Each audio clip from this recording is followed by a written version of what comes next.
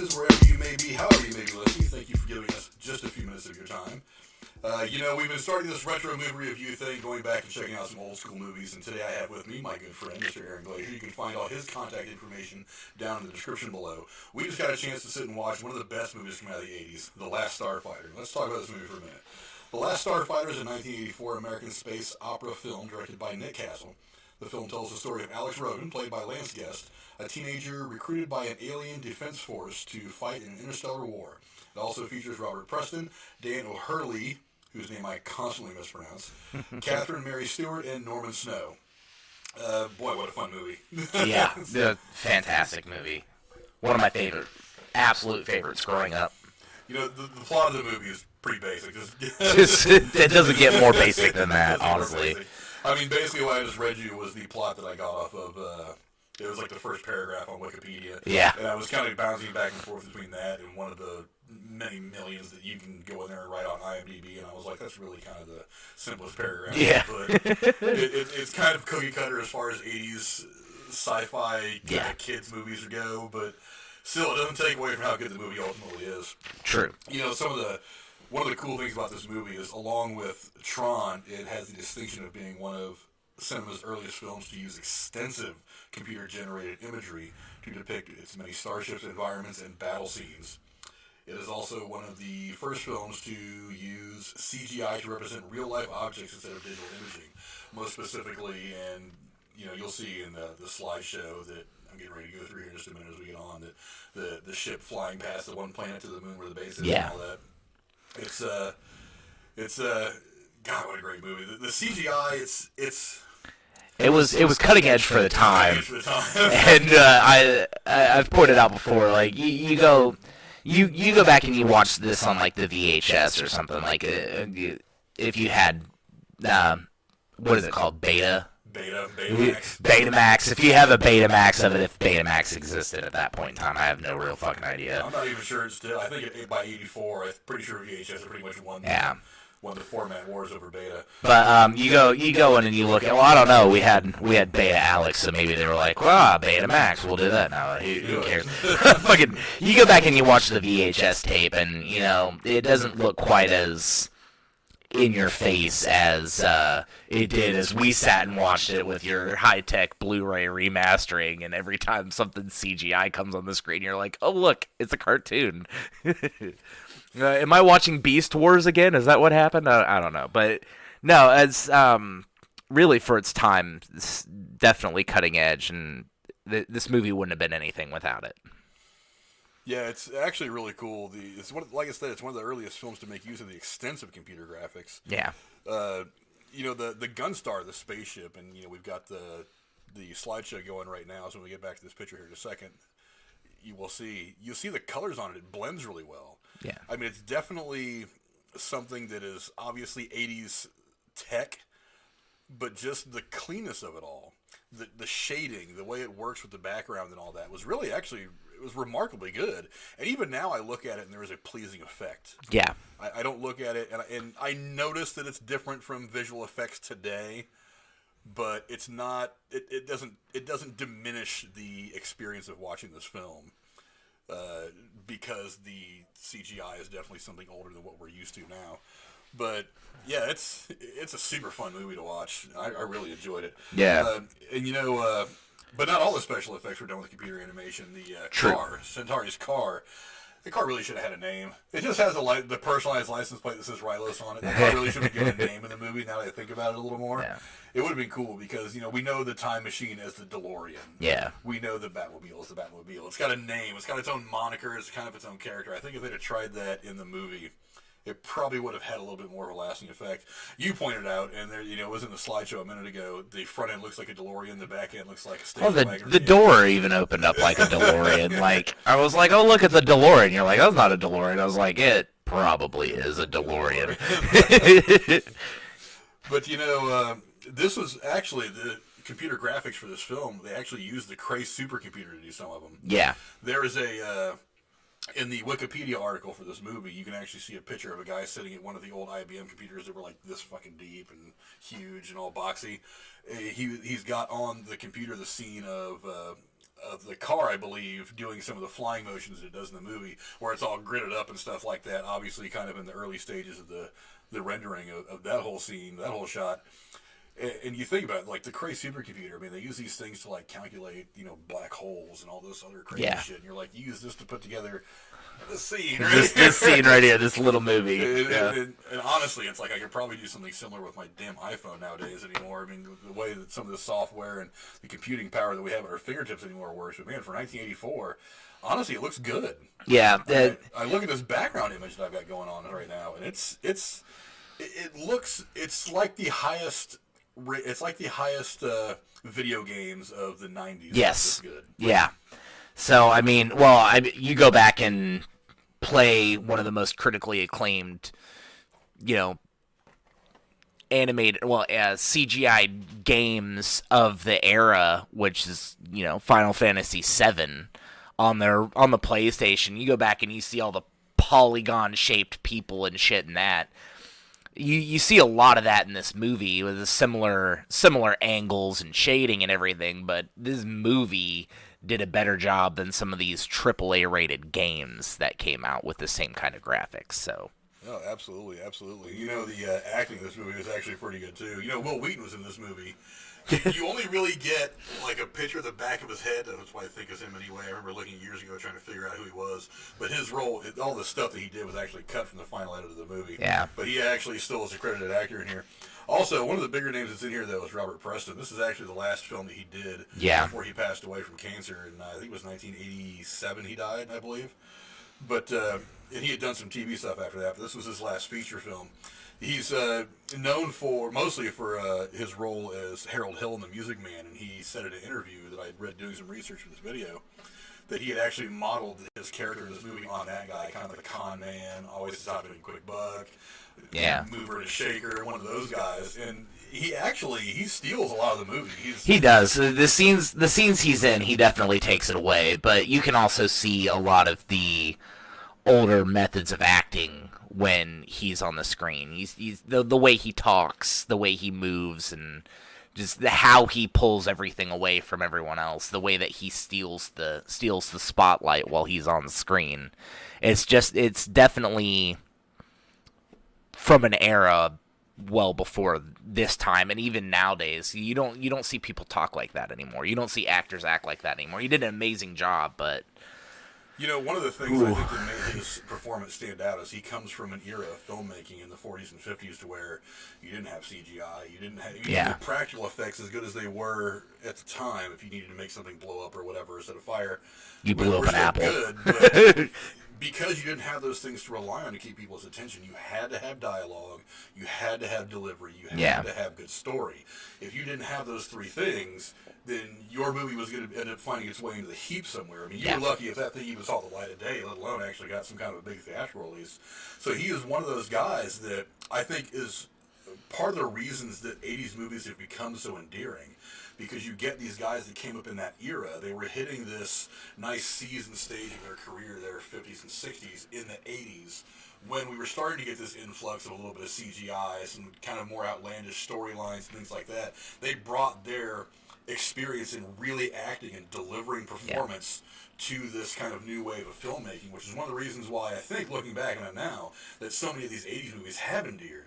I mean, you got the guy that played Mr. Hand in Fast Times at Ridgemont High. Yeah. He's another guy that goes back into like the 40s and 50s. So you have these guys that you can take these newer concepts, but these guys that come from a time period where you had to be a legit actor and really try to carry a film. Right. To kind of add on to that, I think it makes it that much better. I think that's one of the reasons why a lot of films today might probably fall. Is you don't really have that kind of wisdom to draw off of anymore. Because even these older actors today are guys that kind of came up with the CGI.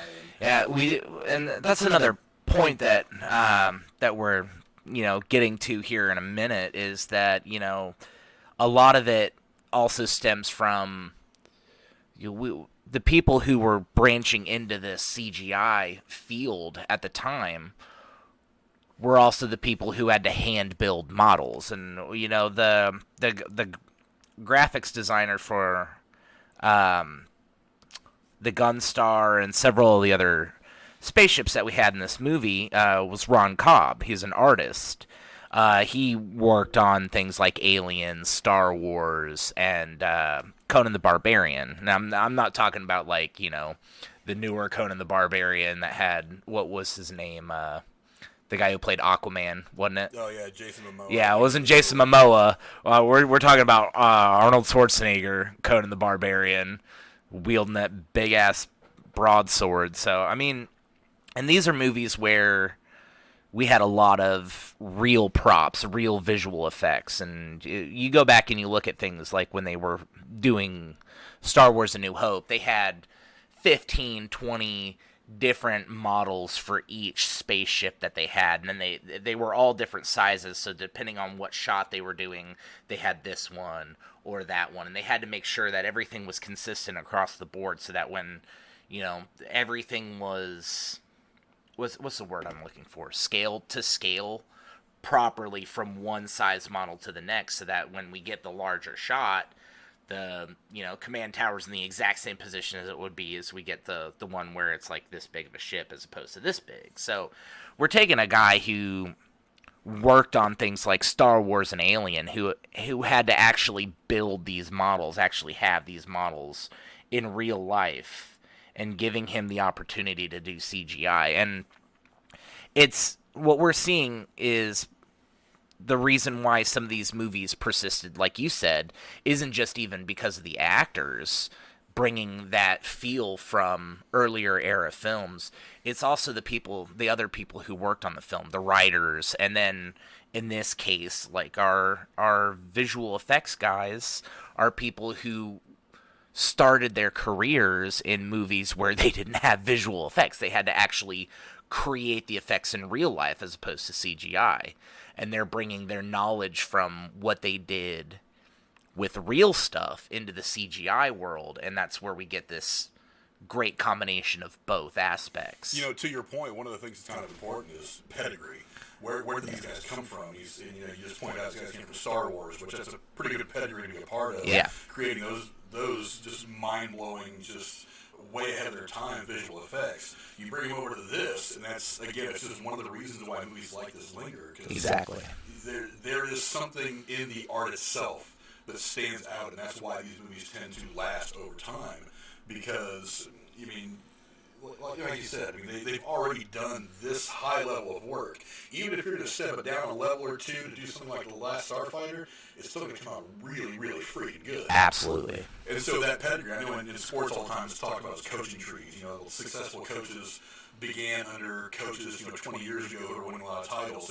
It's kind of the same thing, kind of the same principle. You get somebody who's already worked on these big, extravagant things like Star Wars. They take that knowledge out into the world for themselves, do other things. They kind of branch it off. And that's one of the reasons why I think special effects has grown the way it has, because you've got all these guys that learned from, Stan Winston, the makeup guys like Stan Winston, and then you got the special effects guys. And they always say there's 100 special effects houses in Hollywood. Most of them go out of business before the movies they worked on. Oh man, that kind of thing. I got one for you. That's. But the talent though is the talent is still there, and I like that it's grown and evolved into what it is. But the way it works with the story, with the whole package, really works out in a movie like this. And I think that's one of the reasons why this movie has hit that cult following. Yeah. Well, it also came out alongside other CGI-related movies, big movies that we still also call classics, like Tron. And you take Tron, for instance, I would say that Tron's CGI effects are overall better than the Starfighters was, but the individual parts of Starfighter, the Last Starfighter, that really pop out, like the Gunstar and the ship, the few times that we see it as a CGI render instead of, the physical render that they had, because we got that both ways in this movie. But, the few things that you see in CGI that are supposed to be really well done in this movie, like you pointed out at the beginning of this video, they did the shading on the Gunstar and everything like that. Oh, those things are probably, I would rate those higher than Tron overall, but overall I think Tron is what set the bar as far as CGI goes in movies these days. And you don't see stuff like that happen anymore. Anymore nowadays, they use CGI for everything. We go back to these 80s era movies. People go back to more practical effects because people are getting burned out on CGI. Yeah, yes and no, but I mean, like, I can't watch one of my favorite some of my favorite action movies, like the Avengers and stuff, without seeing a whole lot of CGI. I mean, there's characters that you don't even get to see the actor in movies these days. Like, 15 years ago, you couldn't have told me, nobody could have told you who Andy Serkis was. You would not be able to put a face to Andy Serkis. Literally the only credit that anybody could think of for him was Gollum. And we don't even get to actually see. He literally plays a mocap character in that movie. He plays mocap almost everything he does anymore. Well, yeah, but I mean, like, you wouldn't have been able to... No, and he does an amazing job, but, like, he's not in the movie. They filmed him, but he got replaced with a CGI character in everything. He does wear the mocap suit. Yeah. So he is putting in work on the set. He is putting in work on the set, but I mean, he's not... You can't put a face to his name up until he started, actually appearing in films with his face and shit. The first thing I remember seeing his face in was 13 Going on 30. He played the boss of Jennifer Garner. Yes, he did. Yes, he did. And then they did the Thriller dance, and that was amazing. And that is one of the first things I remember seeing him as too. But the most iconic thing I think of nowadays with him is playing that arms dealer from Age of Ultron. Yeah, playing Claw. Yeah, Ulysses Claw. And I mean, we're talking about going. If we brought it back to, like you said, that people are starting to. If we brought it back to where there's a good mix of, you put CGI in where you need to have CGI, and then you just do real raw acting and have good writing. And I think we'll get back to that era where movies are going to persist 30 and 40 years down the line, like this one did, like Star Wars has, And we're going to see things like Avengers and the Marvel Cinematic Universe are going to persist for the next 40 or 50 years. But, I mean, nobody's going to remember Batman forever.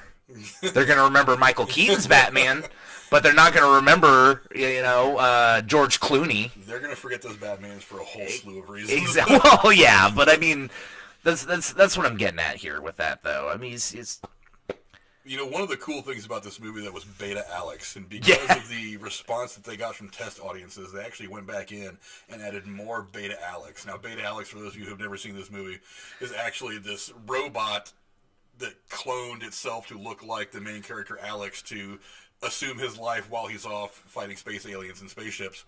And that is like the middle part of this movie, like most of the second part of the third act. He is the comedic relief for the seriousness of his own character. Oh, yeah. Funny. But this character is so wild, and it was a practical effect, this whole cloning scene where you pull back the covers and you see this weird pulsating blob of humanity with gigantic bug eyes. That was one of the few practical effects that was actually in the film, and it was done very, very well with stuff they had laying around the set. And it holds up today. It does. You look at things today of, like, there's even those synthetic human cells that they've created. I don't know if you've seen that, like the modular crap. I've actually looked into it a lot. That's what you expect synthetic skin to look like while it's still growing. It's got that translucent look. It's, doing everything that you would expect it to do. And this was 40 years ago, and they got it right. Back before anybody could even imagine actually making real synthetic skin, and they got it right back then. Like, that just goes to show you can't just CGI everything and make it, If they would have CGI'd that scene, it would have been shit. But they made an actual practical prop for it, and it turned out fantastic, and it still holds up today. They actually had to reshoot a bunch of shit with Lance Guest because he was sick. I mean, you know a lot about that, right? Well, yeah, he wasn't even just sick. There was another role he was getting ready to do. He had, similar to what you see nowadays with, like, Tony Stark, when he shaved his beard and then they came back for reshoots and then his beard's wrong in the reshoots, but nobody notices until, like, months later. He had cut his hair. It wasn't as bad as, like, Superman's mustache or anything like that from Justice League, but they had to do reshoots with a wig. They had to give him makeup. He had I can't remember if it was pneumonia or something similar to that, but he had gotten all jaundicey, so they did makeup and whatnot. And there's actually a couple scenes in the movie, just as we were even rewatching it today, where it stands out that this had to have been one of the reshoots. And I remember seeing it and going, something's wrong about this scene. His hair's too long, and it's because they had to put a wig on him, and his hair wasn't quite the same. And then you cut to another scene where he's like, in a Starfighter outfit, and you see where his hair's at, and then we cut back to a scene where he's holding up a, 1980s relic fucking TV antenna trying to feed it up the fucking trailer park, and his hair is just wrong. He doesn't have a hairline you can't visibly see. It's longer than it's supposed to. I mean, and it stood out, and I wanted to go something like his hair's fucked up there. I hadn't known at the time that they had actually had to do that a lot of that was reshoots, but it makes a lot of sense. Most of the scenes that we see with him having different everything, and the quirkiness about it, it kind of fits in with it being not really him, Yeah, one of the best parts about this movie is the whole Beta Alex thing. I think it's just hilarious. But, she stuck her tongue in my ear. What was I supposed to do? One of the ways you've achieved cult status is when you get a Broadway musical. Oh my God! In 2004, they actually came out with a Broadway musical. It was an off-Broadway musical. Yeah. At the Storm Theater in New York City. And I'm like, good.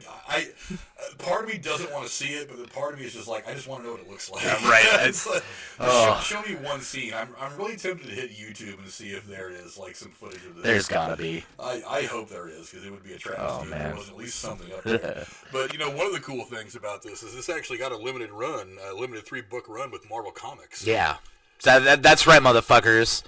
The Last Starfighter is officially part of the MCU. He absolutely is. So next time Thanos starts some shit, or if Galactus is the next big baddie, just send Thanos and his co-pilot up there, and they're going to do that Alex thing and start whooping ass.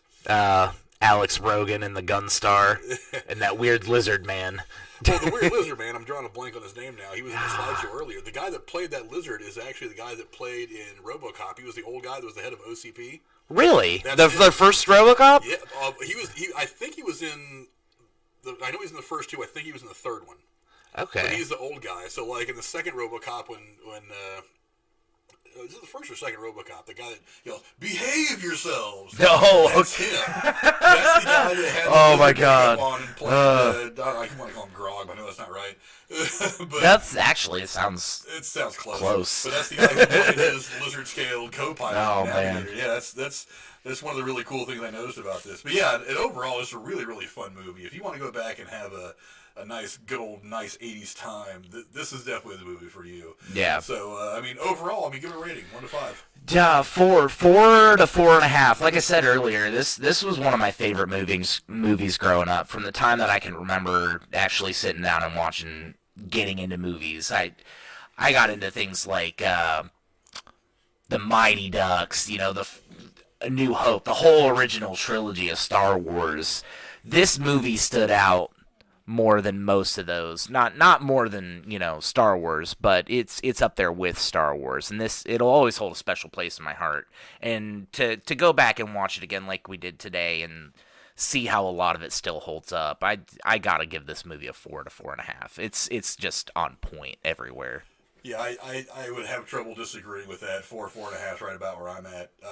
I remember when I found this on Blu-ray at Walmart or something like that quite some time ago. I remember my expression was going, oh my God, it's one of my favorite movies when I was a kid, and it's on Blu-ray. Yeah. And then I got it. The special features look like they're garbage. Oh, yeah. Some weird bookmarks where you can kind of edit the movie on your DVD player by yourself. It just goes to show you that this was remastered for Blu-ray, the second Blu-ray hit, which just also shows you how high of a status it even still has, because when new formats out, let's bring these classics. There's a lot of really good 80s movies that aren't on Blu-ray yet. Yeah, I know. But another thing that jumped out at me, and I almost forgot to mention, was the score. The score of this movie was really good. The guy that did the score, he had said that he was going for something at the Star Wars level. And it really is one of those things. Like when you hear the Superman theme start to play those first couple of notes, you automatically see the Superman logo or Christopher Reeves or whoever your particular Superman preference is. You hear, some of the Batman stuff. I hear the first 2 or 3 notes of this, and I am in the cockpit of this this starship, and it's crazy. It's the Starfighter. It's insane to have the musical score is just that good. And the guy said he was going for something like or bigger than Star Wars. And generally, I'm not a big score person. I don't go out and buy the scores of movies on CD or listen to a lot. Or vinyl. A few of those laying around somewhere. Oh, man. But I'm not big on score. I know what they do for movies. I know how they're supposed to bring you into a scene emotionally and kind of put you there. But this is one of the movies where it's like, when I hear anything from Star Wars, or if I hear, a couple other things, that I instantly in my mind, I transport to that frame of mind where I'm into this film already just by hearing those first few notes. And this is one of those songs. The score was fantastic. And I'm not a big score person. I'm not really either. Songs are one thing, music scores are another, and this one just got me. I mean, for the moment I hit play and I was hearing the music, I was like, I'm ready for this movie. Yeah, let's do it. But what's important is what you guys think. So go down in the comments below. Let us know. Is there a specific scene about The Last Starfighter that stands out for you, that brings you good memories? Do you even remember Lance Guest? He's one of those guys that could have been huge. Oh, absolutely. And I've seen him in stuff. He was in an episode of House back in like the early 2000s, and I've seen him in random things, but he never became the huge actor in the 80s like a lot of other people came out of the 80s, like Tom Cruise and guys like that did. Yeah. But yeah, go down in the comments below. Let us know if there's a specific scene that you remember, or maybe you think we're full of shit. Maybe you think this movie's horrible. Tell us why you think that we're all wrong and we don't know anything about movies. And let us know if there's another movie you want us to talk about at some point in the future, and we'll definitely give it a look. So until then, adios.